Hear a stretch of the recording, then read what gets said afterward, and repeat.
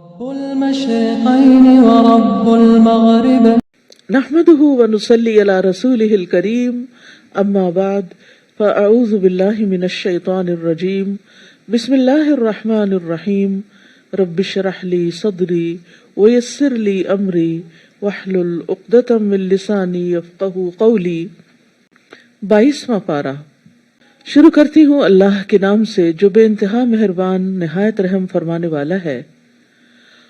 اور جو تم میں سے اللہ اور اس کے رسول کی فرما بردار بن جائے اور نیک عمل کرے تو ہم اسے اجر بھی دگنا دیں گے، اور اس کے لیے ہم نے عزت کی روزی تیار کر رکھی ہے۔ یعنی ازواج مطہرات ہی سے خطاب ہے جو پیچھے سے کنٹینیو کر رہا ہے کہ اگر ان سے کوئی غلطی سرزد ہوئی تو اس کی سزا بھی بڑی ہے، کیونکہ جو مقربین ہوتے ہیں ان کی حسنات بھی بعض اوقات سیئات شمار ہو جاتی ہیں، کیونکہ ان کا درجہ اور مقام بڑا ہوتا ہے۔ اور اسی طرح اگر ان سے کوئی نیکی سرزد ہوگی تو وہ بھی ملٹی پلائی ہو جائے گی، کیونکہ ایسے لوگوں کو لوگ فالو کرتے ہیں اور ان کو دیکھ کر جو عمل کر رہے ہوتے ہیں اس بنا پر بھی ان کا اجر بڑھتا چلا جاتا ہے۔ اور پھر چونکہ ان کی قربانیاں زیادہ تھیں اس لیے ان کا اجر بھی زیادہ ہے۔ اے نبی کی بیویوں، تم عام عورتوں کی طرح نہیں ہو۔ اگر تم اللہ سے ڈرتی ہو تو کسی نامحرم سے دبی زبان سے بات نہ کرو، یعنی نزاکت کے ساتھ بات نہ کرو، ورنہ جس شخص کے دل میں روگ ہے وہ کوئی غلط توقع لگا بیٹھے گا۔ لہٰذا صاف سیدھی بات کرو، معروف معقول بات کرو۔ اگرچہ یہ بات ازواج مطہرات سے کہی جا رہی ہے، لیکن ازواج مطہرات ہمارے لیے رول ماڈل ہیں۔ ایک مسلمان خاتون کو مرد سے بات کرتے ہوئے ایک معروف اور ایک باوقار انداز میں بات کرنی چاہیے۔ ایسے انداز میں لگی لپٹی باتیں نہیں کرنی چاہیے کہ جس سے دوسرا شخص کسی غلط فہمی کا شکار ہو جائے یا وہ عورت کی طرف مائل ہو جائے۔ پھر اسی طرح یہ ہے کہ نامحرم عورتوں سے تنہائی میں بھی بات کرنے سے ممانعت کی گئی۔ علی بن ابی طالب رضی اللہ عنہ سے روایت ہے، کہتے ہیں کہ آپ صلی اللہ علیہ وسلم نے خامندوں کی اجازت کے بغیر عورتوں سے گفتگو کرنے سے منع کیا، یعنی مردوں کو منع کر دیا کہ وہ اس وقت تک عورتوں سے ڈائریکٹ بات نہ کرے جب تک ان کے ہسبینڈز اجازت نہ دیں یا پسند نہ کریں۔ اور یہاں یہ جو بات کی گئی ہے کہ لا تخضعن بالقول، تو اس کا مطلب یہ نہیں ہے کہ آرام سے بات نہ کریں یا ایک معقول طریقے سے بات نہ کریں، بلکہ سخت لہجے اور بد کلامی سے بات کریں، یہ معنی نہیں ہے۔ یعنی جب نرم لہجے اور نزاکت سے بات کرنے سے منع کیا گیا تو بعض اوقات یہ خیال آ سکتا ہے کہ شاید سختی سے بات کرنے کا حکم دیا جا رہا ہے، تو بلا وجہ کسی مرد سے سختی سے بھی بات کرنے کی ضرورت نہیں۔ اس میں انسان کو ایک معروف انداز، باوقار انداز، ایک ٹھہرا ہوا انداز اختیار کرنا چاہیے۔ وَقَرْنَ فِي بُيُوتِكُنَّ وَلَا تَبَرَّجْنَ تَبَرُّجَ الْجَاهِلِيَّةِ الْأُولَى، اور اپنے گھروں میں قرار پکڑے رہو، پہلے دور جاہلیت کی طرح اپنی زیب و زینت کی نمائش نہ کرتی پھرو۔ یعنی ازواج مطہرات کو خاص حکم ہے، اور ان کے بعد پھر یعنی آپ کی جو امت کی خواتین ہیں ان کے لیے بھی۔ اس میں ایک بات تو یہ بتا دی گئی کہ عورت کا اصل دائرہ کار جو ہے وہ اس کا گھر ہے۔ ضرورت کے تحت وہ باہر نکل سکتی ہے، کیونکہ اس کے بارے میں حدیث میں آتا ہے کہ اپنی عورتوں کو مساجد سے مت روکو، مسجد جانے سے مت روکو، مگر ان کے گھر ان کے لیے بہتر ہیں۔ پھر اسی طرح یہ ہے کہ حضرت عائشہ کہتی ہیں کہ حضرت سودا پردے کا حکم نازل ہونے کے بعد اپنی کسی ضرورت سے گھر سے باہر گئیں۔ وہ بھاری بھرکم خاتون تھیں، جو بھی انہیں دیکھتا پہچان جاتا تھا، وہ کسی سے چھپ نہیں سکتی تھی۔ تو حضرت عمر نے ان کو دیکھ لیا، کہا اے سودا، اللہ کی قسم آپ اپنے آپ کو ہم سے چھپا نہیں سکتی، دیکھیں آپ کس طرح باہر نکلتی ہیں۔ سودا یہ سن کر الٹے پاؤں واپس آ گئی گھر، جبکہ رسول اللہ صلی اللہ علیہ وسلم اس وقت حضرت عائشہ کے حجرے میں تھے اور رات کا کھانا کھا رہے تھے۔ آپ کے ہاتھ میں اس وقت گوشت کی ایک ہڈی تھی۔ سودا داخل ہوئی، کہا اللہ کے رسول صلی اللہ علیہ وسلم، میں کسی کام سے گھر سے باہر گئی تھی تو عمر نے مجھ سے ایسی اور ایسی باتیں کہی ہیں۔ تو اسی وقت آپ پر وحی کا نزول شروع ہو گیا۔ تھوڑی دیر بعد یہ کیفیت ختم ہوئی۔ اس وقت ہڈی آپ کے ہاتھ میں ہی تھی، آپ نے اسے رکھا نہیں تھا، تو اللہ تعالیٰ نے آپ سے فرمایا کہ ان عورتوں کو یعنی تمہیں قضاء حاجت کے لیے، یہ ضروریات پوری کرنے کے لیے باہر جانے کی اجازت ہے۔ یعنی عورت اپنی ضرورت پوری کرنے کے لیے کسی کام کے لیے گھر سے باہر جا سکتی ہے، لیکن بلا وجہ گھر سے باہر رہنا اور زیادہ دیر باہر رہنا اور اپنی بنیادی ذمہ داریوں کو نظر انداز کر دینا یہ درست نہیں۔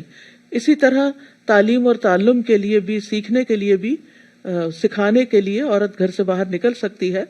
ابو سعید رضی اللہ عنہ سے مروی ہے کہ ایک عورت رسول اللہ صلی اللہ علیہ وسلم کی خدمت میں حاضر ہوئی اور کہا، یا رسول اللہ، آپ کی تمام احادیث مرد لے گئے، ہمارے لیے بھی اپنی طرف سے کوئی دن مخصوص کریں جس میں ہم آپ کے پاس آئیں اور آپ ہمیں وہ تعلیمات دیں جو اللہ نے آپ کو سکھائی ہیں۔ تو نبی صلی اللہ علیہ وسلم نے فرمایا، فلاں فلاں دن فلاں فلاں جگہ پر جمع ہو جاؤ۔ چنانچہ عورتیں جمع ہوئیں اور آپ صلی اللہ علیہ وسلم ان کے پاس آئے اور انہیں وہ سکھایا جو اللہ نے آپ کو سکھایا تھا۔ پھر اسی طرح اس آیت میں جو دوسرا حکم ہے، وَلَا تَبَرَّجْنَ تَبَرُّجَ الْجَاهِلِيَّةِ الْأُولَىٰ، کہ دور جاہلیت جیسا اپنی زیب و زینت نہ دکھاؤ۔ یہ تبرج کا لفظ جو ہے یہ بروج سے ہے، بروج کہتے ہیں اپنے آپ کو نمایاں کرنے کو۔ حضرت ابو ہریرہ سے مروی ہے کہ رسول اللہ صلی اللہ علیہ وسلم نے فرمایا، اللہ کی بندیوں کو اللہ کی مسجدوں سے مت روکو، لیکن انہیں چاہیے کہ زیب و زینت کے بغیر نکلیں، یعنی مسجد جاتے ہوئے میک اپ کر کے اور بہت ایسا ڈریس پہن کے نہیں جائیں کہ جس میں مردوں کے ساتھ جب انٹریکشن ہو تو دوسروں کے لیے فتنے کا باعث بنے۔ پھر اسی طرح رسول اللہ صلی اللہ علیہ وسلم نے فرمایا، تمہاری بدترین عورتیں وہ ہیں جو اپنی زیب و زینت کی نمائش کرنے والی ہیں اور اکڑ کر چلنے والی ہیں، یعنی چال سے بھی وہ دوسروں کو اپنی طرف مائل کرتی ہیں، اور یہی منافق عورتیں ہیں۔ تو دور جاہلیت میں چونکہ خواتین اس قسم کے کام کرتی تھی تو مسلمان عورتوں سے یہ کہا کہ تم دور جاہلیت کی روایات کو نہ اپناؤ، تم اسلامی طریقے کو اپناؤ، ایک باوقار انداز اختیار کرو۔ یعنی مرد اور عورت کے انٹریکشن کو ختم تو نہیں کیا جا سکتا، لیکن وہ حدود کے اندر ہونا چاہیے کہ جس سے مسائل پیدا نہ ہوں اور گھروں کے اندر بے چینی پیدا نہ ہو۔ وَأَقِمْنَ الصَّلَاةَ، اور نماز قائم کرو، وَآتِينَ الزَّكَاةَ، اور زکوٰۃ ادا کرو، وَأَطِعْنَ اللَّهَ وَرَسُولَهُ، اور اللہ اور اس کے رسول کی اطاعت کرو۔ انما یرید اللہ لیذہب عنکم الرجس اہل البیت ویطہرکم تطہیرا، اے اہل بیت، اللہ تو یہ چاہتا ہے کہ تم سے ناپاکی کو دور کر کے اچھی طرح پاک صاف بنا دے، یعنی صرف ظاہری ناپاکی نہیں بلکہ باطن کی طہارت بھی۔ اور اہل بیت سے مراد آپ کی ازواج مطہرات بھی ہیں، اور آپ کے بیٹی فاطمہ رضی اللہ تعالی عنہا، آپ کے داماد اور حضرت حسن حسین، یعنی یہ چاروں بھی، اور پھر ازواج مطہرات قرآن کی روح سے اور یہ چاروں حدیث کی روح سے سب کے سب اہل بیت میں شمار ہوتے ہیں۔ تو چونکہ وہ نبی کا گھرانہ تھا، دوسروں کے لیے ایک مثال تھا، اس لیے خاص طور پر اس کو ہر لحاظ سے ایک آئیڈیل گھرانہ بنانا مقصود تھا، تو اس کی طرف توجہ دلائی گئی۔ اور ازواج مطہرات کو کیا حکم دیا گیا؟ وَاذْكُرْنَ مَا يُتْلَى فِي بُيُوتِكُنَّ مِنْ آيَاتِ اللَّهِ وَالْحِكْمَةِ، اور جو تمہارے گھروں میں اللہ کی آیات اور حکمت کی باتیں پڑھ کر سنائی جاتی ہیں انہیں یاد رکھو، بلا شبہ اللہ بڑا باریک بین اور باخبر ہے۔ یعنی نبی صلی اللہ علیہ وسلم کے گھر میں چونکہ وحی اترتی تھی اور آپ پر وحی میں کچھ تو قرآن پاک کی آیات ہوتی تھی اور کچھ احادیث ہوتی تھی، جیسے ابھی پیچھے میں نے حضرت سودا کی مثال میں آپ کو بتایا کہ کس طرح آپ صلی اللہ علیہ وسلم کھانا کھا رہے تھے تو بیچ میں ہی وحی کی کیفیت آ گئی اور حضرت سودا کے سوال کا جواب مل گیا کہ کیا عورت ضرورت کے تحت بھی گھر سے نکل سکتی ہے یا نہیں، تو آپ صلی اللہ علیہ وسلم نے اسی وقت ان کو یہ بات بتا دی۔ تو یہ بھی وحی کی ایک قسم ہے، حدیث بھی کیا ہے؟ وحی کی ایک قسم ہے۔ قرآن کی تلاوت کی جاتی ہے، حدیث کی اس طرح تلاوت نہیں کی جاتی، لیکن حدیث کو بھی پڑھ کے سنایا ضرور جاتا ہے، یعنی اس کی بھی تعلیم دی جاتی ہے۔ تو یہاں پر دونوں چیزوں کو پڑھ کے سنانے کی بات کی جا رہی ہے۔ وَاذْكُرْنَ مَا يُتْلَى، یتلا تلاوت یعنی پڑھ کے سنانا، یعنی تلاوت کا ایک معنی تو خود پڑھنا بھی ہوتا ہے اور ایک معنی پڑھ کے سنانا بھی ہوتا ہے، جیسے پیچھے پڑھ چکے ہیں آپ وَأَنْ أَتْلُوَ الْقُرْآنَ، کہ میں قرآن پڑھ کر سناؤں، کیونکہ پڑھ کے سنانے میں بات زیادہ سمجھ میں آتی ہے اور تعلیم کے لیے تو پڑھ کے ہی سنانا پڑتا ہے۔ اسی طرح قرآن مجید نمازوں میں پڑھ کے سنایا جاتا ہے۔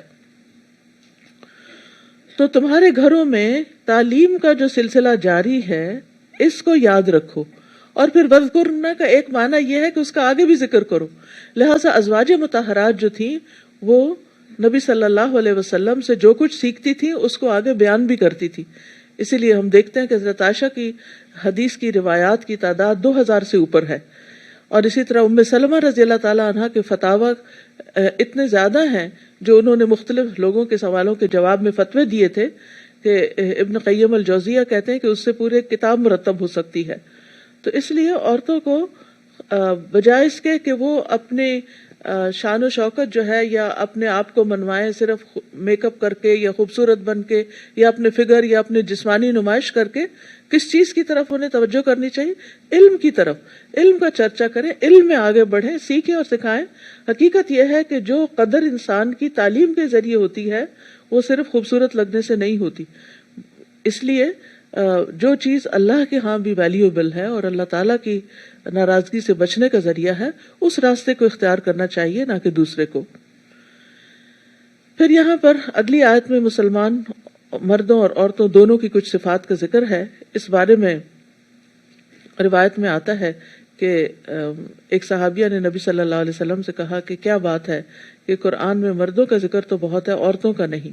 تو عورتوں کی تسلی کے لیے عورتوں کا الگ طور پر ذکر کیا گیا یہاں اس آیت میں، ورنہ ہر حکم جو مردوں کے لیے آیا وہ عورتوں کے لیے بھی ہے، سوائے اس کے کہ جو احکامات کچھ مردوں کے لیے خاص ہیں یا کچھ احکامات جو عورتوں کے لیے خاص ہیں. فرمایا ان المسلمین والمسلمات والمؤمنین والمؤمنات والقانتین والقانتات والصادقین والصادقات والصابرین والصابرات والخاشعین والخاشعات والمتصدقین والمتصدقات والصائمین والصائمات والحافظین فروجہم والحافظات والذاکرین اللہ کثیرا والذاکرات اعد اللہ لہم مغفرۃ واجرا عظیما.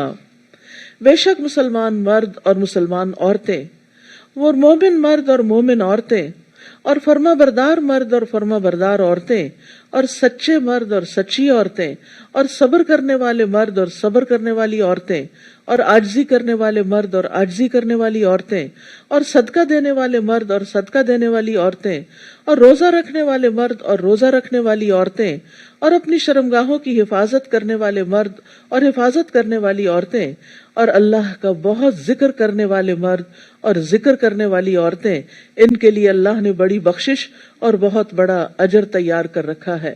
تو یہاں پر آپ دیکھتے ہیں کہ ساری صفات کا احاطہ کر لیا گیا ہے، جس میں بنیادی صفات یعنی ایمان، اسلام، اور پھر اطاعت گزاری، فرما برداری، پھر کچھ اخلاقی جو یعنی ٹریٹس ہیں، حسن اخلاق سے متعلق چیزیں ہیں، سچ ہے، صبر ہے، پھر اسی طرح عاجزی کرنا اور انکساری سے کام لینا، پھر اپنے مال کا صدقہ کرنا، اور پھر روزہ رکھنا، اور پھر اپنی شرمگاہوں کی حفاظت یعنی اوورال یعنی حیا اور شرم سے کام لینا. یہ ساری چیزیں ذکر کرنے کے بعد آخری کوالٹی جس کو خاص طور پر ذکر کیا وہ کیا ہے؟ کثرت سے اللہ کا ذکر کرنے والے مرد اور عورتیں. یعنی ایک عورت جو ہے یا ایک مرد جو ہے وہ اگر عبادت گزار بھی ہے اور اطاعت گزار بھی ہے اور شرم و حیا والا بھی ہے اور سب کچھ، تو اس میں بہت سے لوگ ایک دوسرے سے درجے میں برابر ہو جائیں گے، لیکن ذکر کرنے والے وہ سب سے آگے نکل جائیں گے. جیسے حدیث میں آتا ہے سبق المفردون قالوا وما المفردون یا رسول اللہ قال الذاکرون اللہ کثیرا والذاکرات. نبی صلی اللہ علیہ وسلم نے فرمایا مفردون سبقت لے گئے، آگے بڑھ گئے. صحابہ نے پوچھا اللہ کے رسول مفردون کون ہیں؟ آپ نے فرمایا کثرت سے اللہ کا ذکر کرنے والے مرد اور ذکر کرنے والی عورتیں. اور ایک اور روایت میں ہے جو اللہ کے ذکر میں مشغول رہتے ہیں. تو یعنی وہ لوگ جو نمازوں کے بعد ذکر کرتے ہیں، صبح اور شام کے اذکار کرتے ہیں، بستر پر جا کر سونے سے پہلے کے اذکار کرتے ہیں، نیند سے جاگ کر اللہ کا ذکر کرتے ہیں، اپنے گھر سے نکلتے ہیں تو اللہ کا ذکر کرتے ہیں، کھانا کھاتے ہیں تو اللہ کا ذکر کرتے ہیں، ٹوائلٹ جاتے ہیں تو اللہ کا ذکر کر کے اندر داخل ہوتے ہیں. یعنی کوئی مرحلہ ایسا نہیں کہ جس میں وہ اللہ کو یاد نہ کریں. تو یاد رکھیے اللہ کے ذکر سے بخشش بھی ملتی ہے اور گناہ نیکیوں میں بدل جاتے ہیں. رسول اللہ صلی اللہ علیہ وسلم نے فرمایا، مسند احمد کی روایت ہے، جب کوئی جماعت اکٹھی ہو کر اللہ کا ذکر کرتی ہے اور اس سے اس کا مقصد صرف اللہ کا چہرہ ہوتا ہے تو آسمان سے ایک منادی آواز لگاتا ہے کہ تم اس حال میں کھڑے ہوئے ہو کہ تمہارے گناہ معاف ہو چکے، تحقیق تمہارے گناہ نیکیوں میں بدل دیے گئے. تو یہ جماعت اکٹھی ہو کر، جیسے آپ لوگ اکٹھے ہو کر، ہم سب صرف ایک ہی مقصد کے لیے آئے کہ یہاں بیٹھ کر اللہ کی کتاب کا ذکر کریں اور اللہ ہی کی خاطر یہ ساری باتیں سیکھیں اور سکھائیں. تو اگر ہماری نیت واقعی خالص ہوگی تو انشاءاللہ اس مجلس میں نہ صرف یہ کہ علم حاصل ہوگا بلکہ اس کے ساتھ ساتھ گناہ بھی معاف ہوں گے، بلکہ گناہ جو ہیں وہ نیکیوں میں بدل جائیں گے. اللہ سبحانہ وتعالی ہم سے یہ وعدے پورے فرمائے. کسی مومن مرد اور مومن عورت کو یہ حق نہیں کہ جب اللہ اور اس کا رسول کسی کام کا فیصلہ کر دے تو ان کے لیے اپنے معاملے میں کچھ اختیار باقی رہ جائے، اور جو اللہ اور اس کے رسول کی نافرمانی کرے تو وہ یقیناً صریح گمراہی میں جا پڑا. تو جو لوگ پیچھے بیٹھے ہلکا ہلکا آگے کو کھسک جائیں تاکہ جو لوگ بعد میں آ رہے ہیں ان کو جگہ مل جائے. تھوڑا تھوڑا کھسک کے آگے ہو جائیں، گیپس فل کر دیں.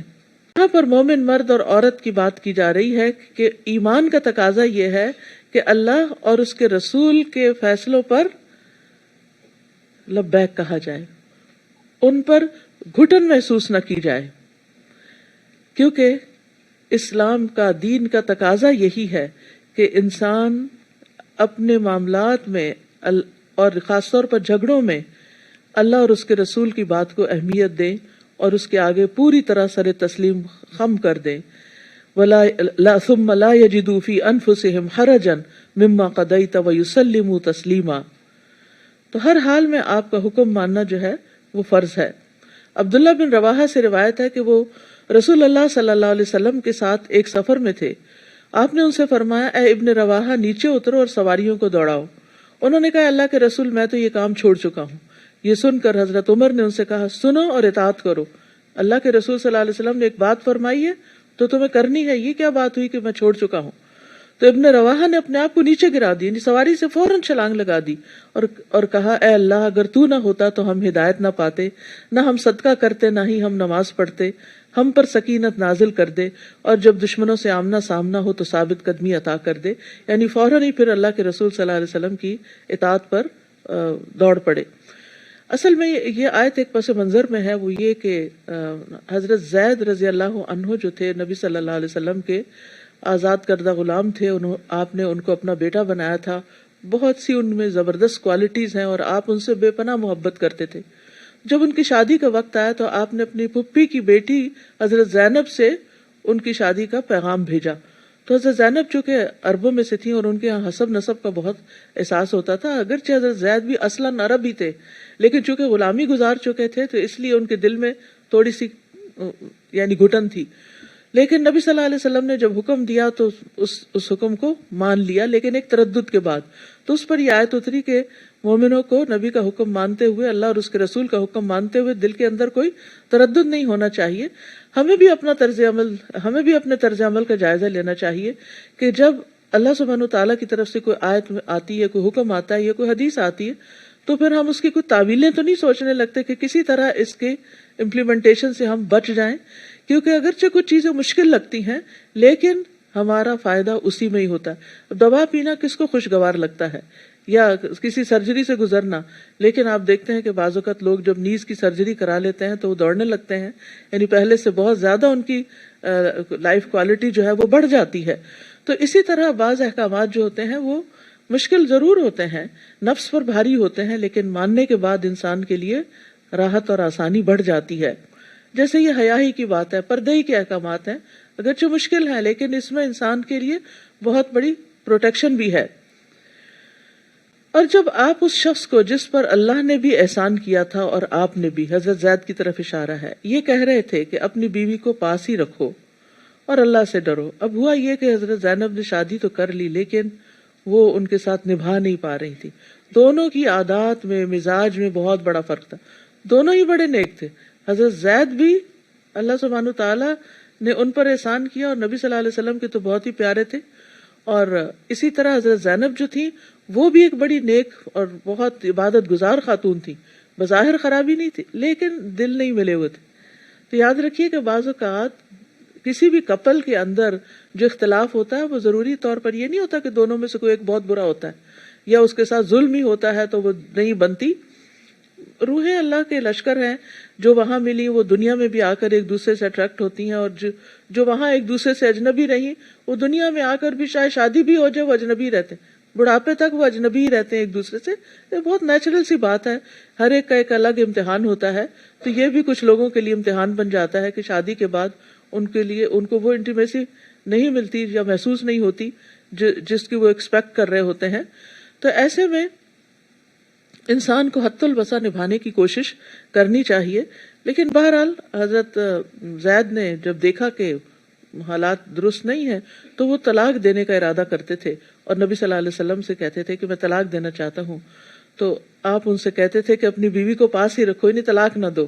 جیسے ہر ایک جب بھی کوئی بچہ یہ کہے آ کے کہ میں اپنی بیوی کو نہیں رکھنا چاہتا تو ماں باپ کیا سمجھاتے ہیں کہ نہیں ایسا نہیں سوچو, یہ ہو ہی نہیں سکتا. تو یہی صورتحال یہاں بھی تھی. تو اس وقت آپ ایسی بات اپنے دل میں چھپا رہے تھے جسے اللہ ظاہر کرنا چاہتا تھا. اصل میں اللہ تعالیٰ وحی کے ذریعے آپ کو بتا چکے تھے کہ جب زید طلاق دیں گے تو ان کا نکاح آپ کے ساتھ ہوگا, اور وہ آپ کے منہ بولے بیٹے تھے, اور عربوں کے ہاں منہ بولے بیٹے کو بھی اصل بیٹے کی طرح کنسیڈر کیا جاتا تھا, اور اس کی بیوی سے نکاح کو بہت بڑا جرم تصور کیا جاتا تھا. تو آپ کو اس بات کا بھی ڈر تھا کہ اگر یہ طلاق ہو گئی تو پھر ایسا نہ ہو کہ مجھے شادی کرنی پڑے, اور اس سے تو بہت بڑا پروپیگنڈا شروع ہو جائے گا, ایک بہت ہی تکلیف دہ اور مشکل مرحلہ ہوگا.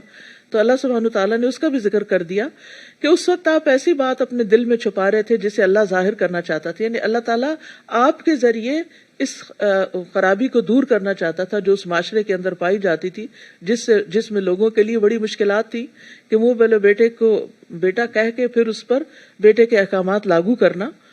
آپ لوگوں سے ڈر رہے تھے, حالانکہ اللہ اس بات کا زیادہ حقدار ہے کہ آپ اس سے ڈریں. یہ لوگوں کا خوف بھی ایک نیچرل سا خوف ہوتا ہے کہ لوگ کیا کہیں گے, لیکن اللہ کے حکم کے آگے پھر وہ بہت بڑھ نہیں جانا چاہیے. یعنی اس کا ہونا تو ایک طبعی سی بات ہے, لیکن اس کو اوور پاور نہیں کرنا چاہیے. پھر جب زید اس عورت سے اپنی حاجت پوری کر چکے تو ہم نے آپ سے اس عورت کا نکاح کر دیا. اللہ تعالیٰ نے خود نکاح کر دیا. یعنی جب آپ نے میسج بھیجا حضرت زینب کو تو انہوں نے کہا میں اس وقت تک کوئی فیصلہ نہیں کروں گی جب تک کہ استخارہ نہ کر لوں. اور جب استخارہ کرنے لگی تو نبی صلی اللہ علیہ وسلم کو اللہ تعالیٰ نے وحی کے ذریعے حکم دیا کہ آپ کا نکاح ان سے کر دیا گیا. اللہ تعالیٰ نے خود کر دیا, اور پھر آپ صلی اللہ علیہ وسلم بغیر اجازت کے اندر تشریف لے آئے. اور اللہ تعالیٰ نے ایسا کیوں کیا؟ تاکہ مومنوں پر ان کے منہ بولے بیٹوں کی بیویوں کے بارے میں کوئی تنگی نہ رہے جبکہ وہ ان سے اپنی حاجت پوری کر چکے ہوں اور اللہ کا حکم ہو کر رہنے والا ہے. یاد رکھیے کہ یہ نکاح جو ہے حضرت زید کی طلاق دینے کے بعد عدت پوری ہونے کے بعد ہوا تھا. جو بات اللہ نے نبی کے لیے مقرر کر دی ہے اس میں نبی پر کوئی تنگی نہیں. یعنی نبی صلی اللہ علیہ وسلم کو اس بات پر مطمئن ہو جانا چاہیے. یہی اللہ کی سنت ہے جو ان نبیوں میں بھی جاری رہی جو پہلے گزر چکے ہیں, اور اللہ کا حکم ایک طے شدہ فیصلہ ہوتا ہے. جو لوگ اللہ کے پیغامات پہنچایا کرتے تھے اور اسی سے ڈرتے تھے, اللہ کے سوا اور کسی سے نہیں ڈرتے تھے, اور حساب لینے کو اللہ ہی کافی ہے. ما کان محمد ابا احد من رجالکم ولکن رسول اللہ وخاتم النبیین وکان اللہ بکل شیء علیما. محمد صلی اللہ علیہ وسلم تمہارے مردوں میں کسی کے باپ نہیں ہے. یعنی آپ کا کوئی حقیقی بیٹا آپ کی زندگی میں باقی نہیں رہا, یعنی آپ کی وفات سے پہلے باقی نہیں رہا. اور خاص طور پر اس حکم کے آنے سے پہلے آپ کے 3 بیٹے تھے, قاسم, طاہر, طیب, لیکن وہ سب چھوٹے ہوتے ہی فوت ہو گئے تھے. پھر ابراہیم پیدا ہوئے تھے ماریہ قبطیہ سے, وہ بھی آپ کی زندگی میں فوت ہو چکے تھے, لہٰذا آپ کا کوئی بھی حقیقی بیٹا نہیں تھا. تو اسی کی طرف اشارہ کیا جا رہا ہے, بلکہ وہ اللہ کے رسول اور خاتم النبیین ہیں, اور اللہ تعالیٰ ہر چیز کو خوب جاننے والا ہے. یعنی آپ کے بعد کوئی اور نبی نہیں آئے گا. نبی صلی اللہ علیہ وسلم نے فرمایا بنی اسرائیل کی سیاست ان کے انبیاء کرتے تھے, جب کوئی نبی وفات پا جاتا تو اس کی جگہ دوسرا نبی آ جاتا, اور یقیناً میرے بعد کوئی نبی نہیں ہے, اور ان قریب میرے بعد خلفاء ہوں گے اور بہت ہوں گے. آپ نے اس بات سے بھی خبردار کیا کہ بے شک میری امت میں 30 کذاب ہوں گے جن میں سے ہر ایک یہ دعویٰ کرے گا کہ وہ نبی ہے, اور میں خاتم النبیین ہوں, میرے بعد کوئی نبی نہیں. یعنی نہ کوئی نبی ہے نہ کوئی رسول ہے. آپ کے بعد کسی کو بھی نبی یا رسول ماننا جو ہے وہ بنیادی عقیدے میں خلل ڈال دیتا ہے. پھر فرمایا یا ایھا الذین آمنوا اذکروا اللہ ذکرا کثیرا، اے ایمان والو اللہ کو بہت زیادہ یاد کیا کرو، کثرت سے ذکر کیا کرو، وسبحوہ بکرۃ واصیلا، اور صبح و شام اس کی تسبیح بیان کیا کرو، یعنی اللہ کا شکر ادا کرنے کے لیے اللہ کا ذکر کریں۔ اور پھر یہ ذکر جو ہے یہ نماز بھی ہے، نماز تو ذکر کا سب سے بڑا طریقہ ہے، جس میں زبان بھی ذکر کرتی ہے، جس میں انسان کا دل بھی ذکر کرتا ہے، اللہ کی طرف متوجہ ہوتا ہے، جس میں انسان کے ہاتھ پاؤں بھی شریک ہو جاتے ہیں۔ اسی طرح قرآن کی تلاوت، تسبیحات، درود شریف، آیت کریمہ، یہ تمام چیزیں جو ہیں یہ اللہ کا ذکر شمار ہوتی ہیں۔ اسی طرح دین کی تعلیم دینا، قرآن پڑھنا، پڑھ کر سنانا، اس کا مذاکرہ کرنا، یہ بھی ذکر ہی کی قسمیں ہیں۔ لیکن کچھ ذکر جو ہیں ان کے خاص ہونے کا حدیث سے پتہ چلتا ہے۔ رسول اللہ صلی اللہ علیہ وسلم نے فرمایا سبحان اللہ والحمد للہ ولا الہ الا اللہ واللہ اکبر کہنا میرے نزدیک ہر اس چیز سے محبوب ہے جس پر سورج طلوع ہوتا ہے، جس پر سورج طلوع ہوتا ہے، یعنی اس دنیا کی ساری چیزوں سے قیمتی ہے یہ ذکر، سبحان اللہ والحمد للہ ولا الہ الا اللہ واللہ اکبر۔ لہٰذا ہم سب کو اس کا اہتمام کرنا چاہیے۔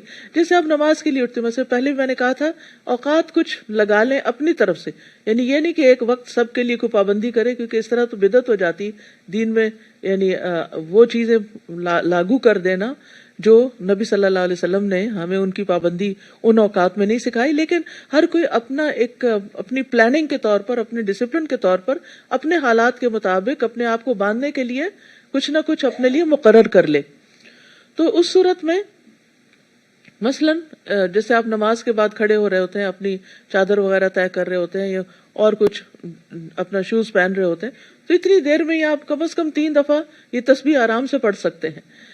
تو اس طرح کی کچھ عادات ڈال لینا ذکر کے سے اپنی ذاتی، یہ کثرت سے ذکر میں پھر آ جاتا ہے، انسان ان مواقع کو مس نہیں کرتا، ورنہ تو سوچوں میں ادھر ادھر گم ہو جاتا ہے اور ذکر کرنا بھول جاتا ہے۔ اسی طرح یہاں خاص طور پر سبحوہ بکرۃ واصیلا، صبح اور شام تسبیح زیادہ مفید ہے۔ رسول اللہ صلی اللہ علیہ وسلم نے فرمایا جو آدمی صبح و شام 100 مرتبہ سبحان اللہ و بحمدہ پڑھتا ہے، قیامت کے دن کوئی بھی اس سے زیادہ افضل عمل نہیں لا سکتا سوائے اس کے جس نے اس کے برابر یا اس سے زیادہ پڑھا ہو۔ بہترین افضل ترین عمل ہوگا آپ کے نامہ اعمال میں اگر آپ سورج نکلنے سے پہلے اور سورج غروب ہونے سے قبل آپ سبحان اللہ و بحمدہ 100 دفعہ پڑھ لیں۔ 3-4 منٹ بھی نہیں لگتے، آپ کر کے تو دیکھیں، صرف عادت کی بات ہے۔ اور اس وقت آپ اپنے آپ سے پوچھیں کہ آپ کیا کام کر رہے ہوتے ہیں، کیا آپ ایکسرسائز کر رہے ہیں، کیا آپ واک کر رہے ہیں، کیا آپ کوئی گھر کا کام کر رہے ہیں، کوکنگ کر رہے ہیں، تو اس وقت میں اس ٹائم پر اس کام کے ساتھ اس تسبیح کو باندھ لیں۔ ایک دفعہ ٹائمنگ کر لیں کہ کتنی دیر میں 100 دفعہ ہوتا ہے، پھر اس کے بعد کام کرتے ہوئے چاہے تسبیح آپ کے ہاتھ میں نہیں ہے، گن نہیں سکتے، لیکن اتنے ٹائم کے لیے آپ تسبیح کریں گے تو آپ کے 100 پورے ہو جائیں گے، کیونکہ یہاں گنتی کو محدد کیا گیا، یعنی گنتی کا ذکر کیا گیا۔ تو جہاں جہاں شرع نے گنتی ذکر کر دی ہے وہاں اس گنتی کی پابندی کرنا بھی ضروری ہے۔ تم پر رحمت فرماتا ہے، هو الذی یصلی علیکم وملائکتہ، اور اس کے فرشتے بھی تمہارے لیے دعائے رحمت کرتے ہیں تاکہ وہ تمہیں اندھیروں سے نکال کر روشنی کی طرف لے جائے، اور اللہ مومنوں پر بہت مہربان ہے۔ سبحان اللہ۔ اسی لیے اللہ سبحانہ تعالیٰ نے مومنوں کو اچھے اچھے احکامات دیے ہیں تاکہ وہ اس دنیا کی زندگی میں بھی مشکلات سے بچ سکیں اور آئندہ بھی۔ جس دن وہ اللہ سے ملیں گے ان کا استقبال سلام سے ہوگا، اللہ کی ملاقات بھی سلام سے، اور اس نے ان کے لیے باعزت اجر تیار کر رکھا ہے۔ اے نبی، ہم نے آپ کو گواہی دینے والا، بشارت دینے والا اور ڈرانے والا بنا کر بھیجا ہے۔ یعنی نبی صلی اللہ علیہ وسلم کی یہ صفات تورات میں بھی بیان ہوئی ہیں، اور یہاں خوشخبری کو مقدم رکھا گیا ہے کیونکہ آپ سارے جہان والوں کے لیے باعث رحمت تھے، اور آپ لوگوں کو خوشخبریاں بھی سنایا کرتے تھے۔ مثلاً آپ نے خوشخبری سنائی کہ لوگوں خوش ہو جاؤ، اور اپنے پچھلوں کو بھی یعنی بعد میں آنے والوں کو بھی خوشخبری سنا دو کہ جس نے سچے دل سے گواہی دی کہ اللہ کے سوا کوئی الہ نہیں تو وہ جنت میں داخل ہوگا۔ اسی طرح ایک اور موقع پر آپ نے فرمایا خوش ہو جاؤ جس نے 5 نمازیں پڑھی، کبیرہ گناہوں سے بچا، وہ جنت کے جس دروازے سے چاہے داخل ہو جائے۔ اور کبیرہ گناہ یہ ہیں والدین کی نافرمانی، اللہ کے ساتھ شرک، جان کا قتل کرنا، پاک دامن عورتوں پر تہمت لگانا، یتیم کا مال کھانا، جنگ سے بھاگنا اور سود کھانا۔ نبی صلی اللہ علیہ وسلم نے انذار بھی کیا، لوگوں کو ڈرایا بھی، خبردار بھی کیا، اور ان کو مختلف غلط کاموں پر گناہ کی جو سزا بتائی گئی ہے وہ بھی بتائی۔ وَدَاعِيًا إِلَى اللَّهِ بِإِذْنِهِ وَسِرَاجًا مُنِيرًا، نیز اللہ کے حکم سے اس کی طرف بلانے والا اور روشن چراغ بنا کر بھیجا۔ یعنی آپ صلی اللہ علیہ وسلم لوگوں کو اللہ کی طرف بلاتے تھے، آپ نے لوگوں کو اپنی ذات کی طرف نہیں بلایا، اللہ کی طرف بلایا، اور پھر آپ ایک روشن چراغ کی طرح تھے جس کی روشنی ہر طرف پھیل جاتی ہے۔ آپ مومنوں کو خوشخبری دے دیجئے وَبَشِّرِ الْمُؤْمِنِينَ بِأَنَّ لَهُم مِّنَ اللَّهِ فَضْلًا كَبِيرًا، کہ ان پر اللہ کا بہت بڑا فضل ہے۔ اور یہ ایک حقیقت ہے کہ ایمان سب سے بڑی دولت ہے، اس پر بول کے رو کے اللہ کا شکر ادا کیا کرے کہ اللہ تیرا شکر ہے، تو نے ایمان دیا، تو نے اپنی معرفت دی، اپنی پہچان دی، اپنے دین کو سیکھنے کا شوق دیا اور اس پر عمل کرنے کا شوق دیا۔ یہ ہے فضلاً کبیرہ۔ ہم فضل کبیر کس کو سمجھتے ہیں؟ مال و دولت کو یا اولاد کی کامیابی کو، لیکن ہر انسان پر سب سے بڑا فضل اللہ کا دراصل ایمان ہے۔ اور پھر آخرت میں فضل کبیر کیا ہوگا؟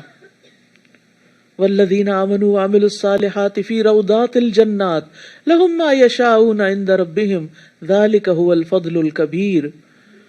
اور وہ لوگ جو ایمان لائے اور انہوں نے نیک اعمال کیے وہ جنتوں کے باغوں میں ہوں گے، ان کے لیے ان کے رب کے پاس وہ ہوگا جو وہ چاہیں گے، یہی بہت بڑا فضل ہے۔ وَلَا تُطِعِ الْكَافِرِينَ وَالْمُنَافِقِينَ وَدَعْ أَذَاهُمْ وَتَوَكَّلْ عَلَى اللَّهِ وَكَفَى بِاللَّهِ وَكِيلًا، نیز آپ کافروں اور منافقوں کی بات نہ مانیے اور ان کی اظہار آسانی کی پرواہ نہ کیجیے، یعنی اگر آپ کا وہ مذاق اڑائیں، تنگ کریں تو آپ اس کی پرواہ نہ کریں، اپنا کام کرتے جائیں اور اللہ پر بھروسہ کیجیے، اور کام بنانے کو اللہ ہی کافی ہے۔ اے ایمان والو، جب تم مومن عورتوں سے نکاح کرو پھر انہیں چھونے سے پہلے طلاق دے دو تو تمہارے لیے ان پر کوئی عدت نہیں جس کے پورا ہونے کا تم مطالبہ کر سکو، لہٰذا اسی وقت انہیں کچھ دے دلا کر بھلے طریقے سے رخصت کر دو۔ اے نبی، ہم نے آپ پر آپ کی وہ بیویاں حلال کر دی جن کے آپ مہر ادا کر چکے ہیں، اور وہ کنیزیں بھی جو آپ کے قبضے میں ہیں، جیسے ماریہ قبطیہ، جو اللہ نے آپ کو غنیمت کے مال سے دی ہیں، نیز آپ کے چچا، پھوپھیوں، ماموں، خالاؤں کی بیٹیاں بھی جنہوں نے آپ کے ساتھ ہجرت کی ہے، نیز وہ مسلمان عورت بھی جو اپنے آپ کو نبی کے لیے ہبہ کر دے اور نبی اس کو نکاح میں لینا چاہے۔ یہ رعایت صرف آپ کے لیے ہے، دوسرے مومنوں کے نہیں۔ یعنی آپ کے کام اور آپ کی نبوت کی ذمہ داریوں کے اعتبار سے ضروری تھا کہ آپ کے پاس زیادہ خواتین ہوں تاکہ وہ آپ سے دین کو سیکھیں اور آگے پھیلائیں، اور اس کے علاوہ بھی بہت سی حکمتیں ہیں جن کے بیان کرنے کا اس وقت نہیں۔ ہم جانتے ہیں کہ ہم نے مومنوں پر ان کی بیویوں اور مقبوضہ کنیزوں کے بارے میں کیا فرض کیا، یعنی کہ ایک مومن مرد کے لیے 4 سے زیادہ شادی کی اجازت نہیں ہے۔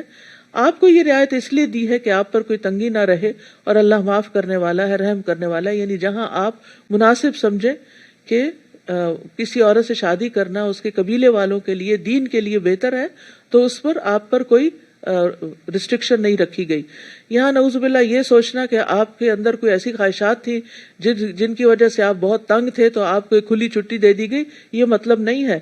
آپ صلی اللہ علیہ وسلم نے 25 سال کی عمر میں اپنے سے 15 سال بڑی خاتون حضرت خدیجہ سے شادی کی تھی، اور جب تک وہ زندہ رہی آپ نے دوسری شادی نہیں کی۔ تو اس سے پتہ چلتا ہے کہ جوانی میں آپ نے اتنی پاک دامنی اختیار کی اور اس طرح اپنی ازدواجی زندگی بسر کی، تو جو بعد میں آپ کی زیادہ شادیاں ہیں ان کے کئی ایک مقاصد تھے جن کو کتابوں میں پڑھا جا سکتا ہے۔ پھر آپ پر یہ بھی پابندی نہیں رکھی گئی کہ آپ ان کے درمیان اسی طرح عدل کریں جس طرح ایک عام مسلمان پر پابندی رکھی گئی ہے۔ آپ جس بیوی کو چاہیں علیحدہ رکھیں، جسے چاہیں اپنے پاس رکھیں، اور علیحدہ رکھنے کے بعد جسے چاہیں اپنے پاس بلائیں، آپ پر کوئی مضائقہ نہیں۔ اس طرح زیادہ توقع ہے کہ ان کی آنکھیں ٹھنڈی رہیں اور وہ غمزدہ نہ ہو، تاکہ ان کو پتہ ہو کہ یہ اللہ کا حکم ہے، یہ نبی صلی اللہ علیہ وسلم ہمارے ساتھ کوئی زیادتی نہیں کر رہے، اور جو کچھ بھی آپ انہیں دیں اسی پر خوش رہیں، اور جو کچھ تمہارے دلوں میں ہے اللہ اسے جانتا ہے، اور اللہ سب کچھ جاننے والا اور بردبار ہے۔ اس حکم کے بعد آپ پر دوسری عورتیں حلال نہیں، اور نہ ہی یہ جائز ہے کہ آپ ان میں سے کسی کو تبدیل کریں، خواہ ان کا حسن آپ کو کتنا ہی اچھا لگے۔ البتہ کنیزوں کی آپ کو اجازت ہے، اور اللہ ہر چیز پر نگران ہے۔ اے ایمان والو، نبی کے گھروں میں نہ جایا کرو الا یہ کہ تمہیں اجازت دی جائے، اور کھانے کی تیاری کا انتظار نہ کرنے لگو، یعنی جا کے بیٹھ نہ جاؤ کہ کھانا پکے اور پھر کھائیں اور پھر جائیں، اس طرح ان کے کاموں میں حرج ہوتا ہے۔ البتہ جب تمہیں کھانے پہ بلایا جائے تو چلے آؤ، اور جب کھانا کھا چکو تو چلے جاؤ، اور باتوں میں دل لگائے وہیں نہ بیٹھے رہو۔ تمہاری یہ بات نبی کے لیے تکلیف دہ تھی، مگر تم سے شرم کی وجہ سے کچھ نہ کہتے تھے، اور اللہ حق بات کہنے سے نہیں شرماتا۔ اور جب تمہیں نبی کی بیویوں سے کوئی چیز مانگنا ہو تو پردے کے پیچھے سے رہ کے مانگو، یعنی سامنے آ کے نہیں مانگو۔ یہ بات تمہارے دلوں کے لیے بھی پاکیزہ تر ہے، اور ان کے دلوں کے لیے بھی۔ تمہارے لیے یہ جائز نہیں کہ تم اللہ کے رسول کو ایذا دو، اور نہ یہ جائز ہے کہ اس کی وفات کے بعد کبھی اس کی بیویوں سے نکاح کرو۔ بلا شبہ اللہ کے ہاں یہ بڑے گناہ کی بات ہے۔ تو اس سے کیا پتہ چلتا ہے کہ ازواج مطہرات کے لیے خاص طور پر یہ حکم ہے کہ وہ مردوں سے ڈائریکٹ بات نہ کریں، یعنی پردے کے بغیر بات نہ کریں، بیچ میں نقاب یا حجاب ہو، یا جیسے دروازے کی اوٹ ہوتی ہے یا کوئی کرٹن ہوتا ہے اس کے پیچھے سے۔ اور وجہ کیا بتائے گی؟ تاکہ یہ تمہارے اور ان کے دلوں کی پاکیزگی کا ذریعہ ہو۔ تو اس سے کیا پتہ چلتا ہے کہ حجاب جو ہے یہ دراصل دلوں کی پاکیزگی کے لیے، اور بہت سے لوگ اپنی پاکیزگی کا بڑا دعویٰ کرتے ہیں، وہ کہتے ہیں کہ ہماری نیتیں بہت اچھی ہے اس لیے ہمیں حجاب کی ضرورت نہیں۔ یعنی ازواج مطہرات کیا کم پاکیزہ عورتیں تھیں؟ لیکن ان کو بھی احتیاط برتنے کا حکم دیا گیا۔ تو ایک مسلمان جس قدر ہو سکے احتیاط برتے، اور مردوں سے اس طرح ہنس کے باتیں نہ کرے، اور اس طرح ان کا دل نہ لبھائے، یا اس طرح نزاکت کے لہجے میں بات نہ کرے۔ یہ ساری چیزیں نامہ اعمال میں لکھی جاتی ہیں، اور قیامت کے دن انسان کو ان کا حساب دینا ہوگا۔ یہ چیزیں لوگوں سے چھپ سکتی ہیں لیکن اللہ سے نہیں چھپ سکتی۔ اور جب یہ آیات اتری، یعنی پردے کے احکامات اترے، تو فوراً ہی اللہ کا حکم نافذ ہو گیا۔ انس رضی اللہ عنہ بیان کرتے ہیں، میں نبی صلی اللہ علیہ وسلم کا خادم تھا، بغیر اجازت طلب کیے گھر میں آتا جاتا تھا۔ ایک دن میں آیا تو آپ نے فرمایا، بیٹے ٹھہر جاؤ، تمہارے بعد ایک آیت نازل ہوئی ہے، اب بغیر اجازت اندر نہ آیا کرو۔ پھر اسی طرح تنہا عورتوں کے پاس جانے کی بھی ممانعت ہے، یعنی ایک مرد اور عورت ایک کمرے میں دروازہ بند کر کے اکیلے ہوں، یہ بھی اسلامی لحاظ سے حرام ہے، یہ بھی منع ہے۔ رسول اللہ صلی اللہ علیہ وسلم نے فرمایا، عورتوں کے پاس جانے سے بچتے رہو۔ اس پر انصار کے ایک صحابی نے عرض کیا، یا رسول اللہ، دیور کے متعلق آپ کی کیا رائے ہے؟ یعنی گھر میں اگر دیور ہے اکیلا، تو آپ نے فرمایا، دیور تو ہلاکت ہے، یعنی اس گھر کے اندر ہی اگر وہ ہے اور شوہر اور سارے گھر والے باہر ہیں تو پھر تو خرابی کا اور بھی زیادہ اندیشہ ہے۔ اور پھر یہ ہے کہ یہ شیطانی وسوسوں سے بچنے کا ذریعہ ہے۔ جب ایک مرد اور عورت، ایک لڑکی اور لڑکا دروازہ بند کر کے کمرے میں چاہے کوئی کام ہی کر رہے ہوں، تو دوسروں کی نگاہیں اٹھ جاتی ہیں کہ یہ اندر کیا ہو رہا ہے، ان کے دلوں میں شیطان وسوسے ڈالتا ہے۔ تو اس لیے فرمایا، دلوں کی پاکیزگی، ان کے اپنے دل کی پاکیزگی اور دوسروں کے دلوں کی پاکیزگی کے لیے بھی یہ بات بہت ضروری ہے کہ آپ کسی کو بھی فتنے میں نہ ڈالیں، آپ ایسا غلط کام نہ کریں کہ جس سے دوسرے لوگ آپ کے بارے میں بدگمانی کریں، برا سوچیں اور آپ کی پیٹھ پیچھے آپ کی برائیاں کریں۔ اس کے بھی ذمہ دار تم خود ہی ہوگے۔ تم کوئی بات ظاہر کرو یا اسے چھپاؤ، کوئی بات ظاہر کرو یا چھپاؤ، اللہ ہر چیز کو خوب جاننے والا ہے۔ ان ازواج نبی پر کچھ گناہ نہیں اگر ان کے باپ، ان کے بیٹے، ان کے بھائی، ان کے بھتیجے، ان کے بھانجے، ان کی میل جول کی عورتیں اور ان کے لونڈی غلام ان کے گھروں میں داخل ہوں۔ اور اے عورتوں، اللہ سے ڈرتی رہو، واتقین اللہ، یہ مؤنث کا صیغہ ہے، واتقین اللہ، ان اللہ کان علی کل شیء شہیدا، یقیناً اللہ ہر چیز پر گواہ ہے، ہر چیز دیکھ رہا ہے۔ لہذا اللہ سے ڈر کر غلط کام اور غلط طریقے چھوڑ دو، معروف طریقے سے کام کرو۔ مرد اور عورت کا انٹریکشن جو ہے، قلنا قولا معروفا، ایک بھلے طریقے سے ہونا چاہیے، چھپا ہوا نہیں ہونا چاہیے، ہنسی مذاق والا اور کھیل تماشے والا نہیں ہونا چاہیے۔ ان اللہ و ملائکتہ یصلون علی النبی یا ایھا الذین آمنوا صلوا علیہ وسلموا تسلیما. اللہ اور اس کے فرشتے نبی پر درود بھیجتے ہیں، اے ایمان والو تم بھی اس پر درود و سلام بھیجا کرو. اللہ سبحانہ وتعالیٰ آپ پر اپنی رحمتیں نازل کرتے ہیں. اس سے اندازہ ہوتا ہے کہ آپ کا مقام کتنا بلند تھا. اللہ کے فرشتے آپ پر درود بھیجتے ہیں، تو ہمیں بھی کیا کرنا چاہیے؟ یعنی جس ہستی پر اللہ تعالیٰ اپنی رحمتیں بھیج رہا ہے ہر آن، اور جس کے لیے فرشتے دعائیں کر رہے ہیں، پھر ہمیں بھی ان پر درود و سلام بھیجنا چاہیے. تو اللہ سبحانہ وتعالیٰ اپنے مقرب فرشتوں کے پاس آپ کی تعریف بھی کرتے تھے. درود کا ایک مطلب یہ بھی بتایا گیا، یعنی کرتے ہیں. اللہ سبحانہ وتعالیٰ اپنے مقرب فرشتوں کے پاس اپنے نبی کی تعریف کرتے ہیں، یعنی ملائے اعلیٰ میں، اور فرشتے بھی ان پر درود بھیجتے ہیں، ان کی تعریف کرتے ہیں. تو اللہ تعالیٰ نے دنیا والوں کو بھی اس چیز کا حکم دیا. اور یاد رکھیے کہ درود شریف پڑھنا فوری رحمت کے حصول کا ذریعہ ہے، یعنی اللہ تعالیٰ کی فوراً رحمتیں آتی ہیں.